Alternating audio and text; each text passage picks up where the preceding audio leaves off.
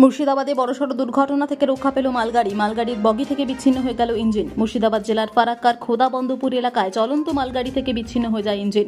জানা গিয়েছে রবিবার সকালে ধুলিয়ানের দিক থেকে ফারাক্কার দিকে ওই মালগাড়িটি যাবার সময় ফারাক্কার খোদাবন্দপুর এলাকায় ইঞ্জিন থেকে মালগাড়ির বগি বিচ্ছিন্ন হয়ে যায়।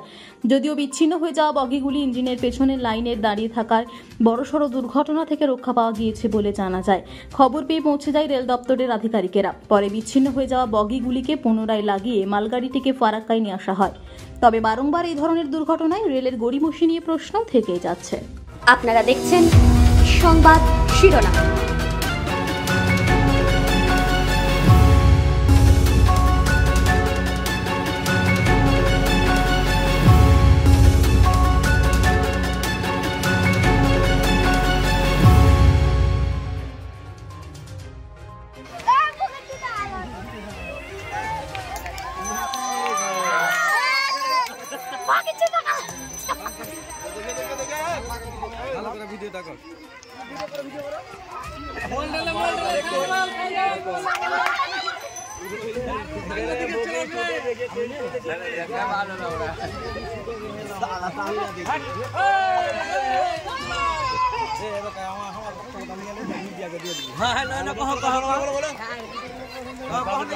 এই রেল লাইনে একটা গাড়ি আমাদের এই সাকোপাড়া হল্টের দিকে যাচ্ছিল ধুলিয়ান স্টেশন থেকে।